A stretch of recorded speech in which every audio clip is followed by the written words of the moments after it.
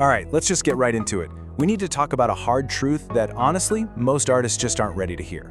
We're going to break down how music publishing actually works, and more importantly, why it's the real key to building wealth that so many people in the industry are missing out on. There it is, plain and simple. Streams don't make you rich, songs do. And look, if that statement stings a little bit or makes you feel uncomfortable, good, that's a good sign. It means you're in exactly the right place. Because really getting this difference is absolutely crucial for your future in music.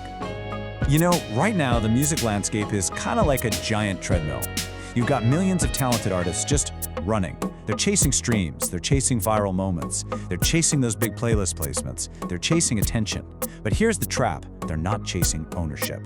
And this isn't about a lack of talent, not at all. It's about focusing on the wrong prize. So first up, let's pull back the curtain on what I like to call the streaming illusion.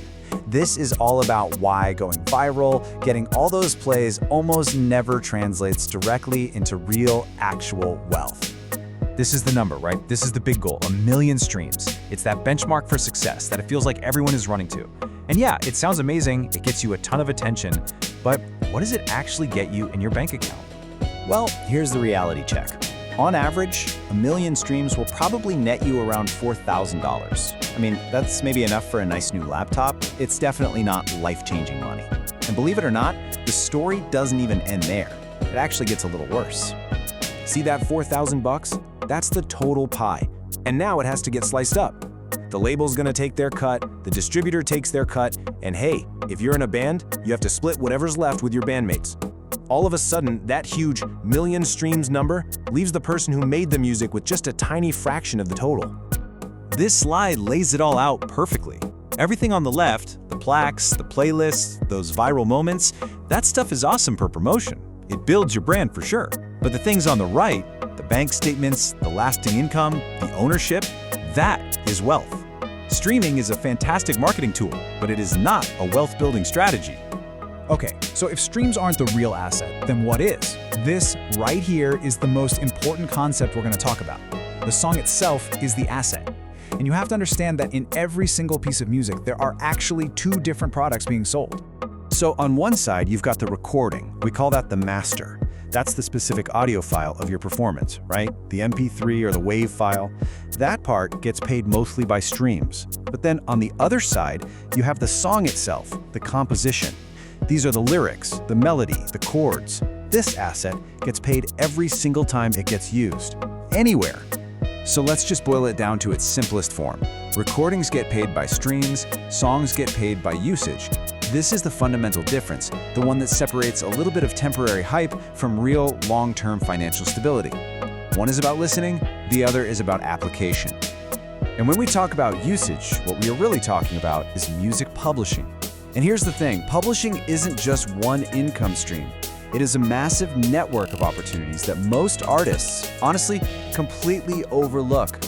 Think about it. Your song, your composition, earns you money every time it's used in a TV show, broadcast on the radio, placed in a film, an advertisement, a video game, played at a concert, even when it's just background music in restaurants, hotels, and shopping malls.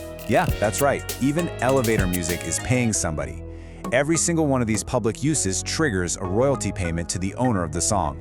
So your song doesn't have to be trending on some social media app to make you serious money. It just needs to be useful. A song that perfectly fits the mood of a TV drama or a car commercial has incredible long-term value. In the long run, usefulness beats virality every single time. Okay, now we're getting to the most important part, so lean in. Because even if your song is being used out there in the world, there's a huge chance you're not collecting all the money you're actually owed. We're about to talk about the money you are likely leaving on the table right now. You see, publishing income is always split into 2 equal halves.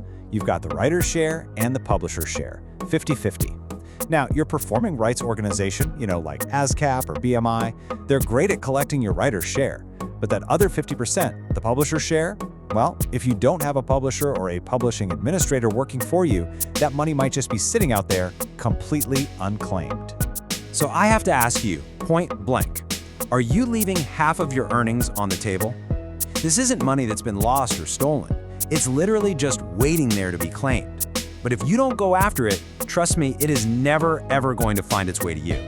If you only remember one thing from this, let it be this.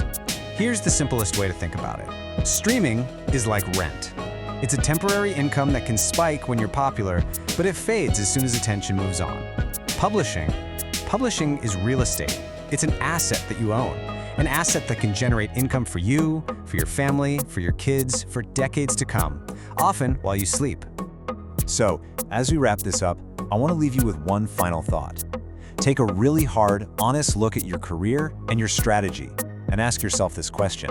Is your music an asset that's going to pay you for the rest of your life? Or is it just a trend that's going to be forgotten the second the next big thing comes along? The choice ultimately is yours.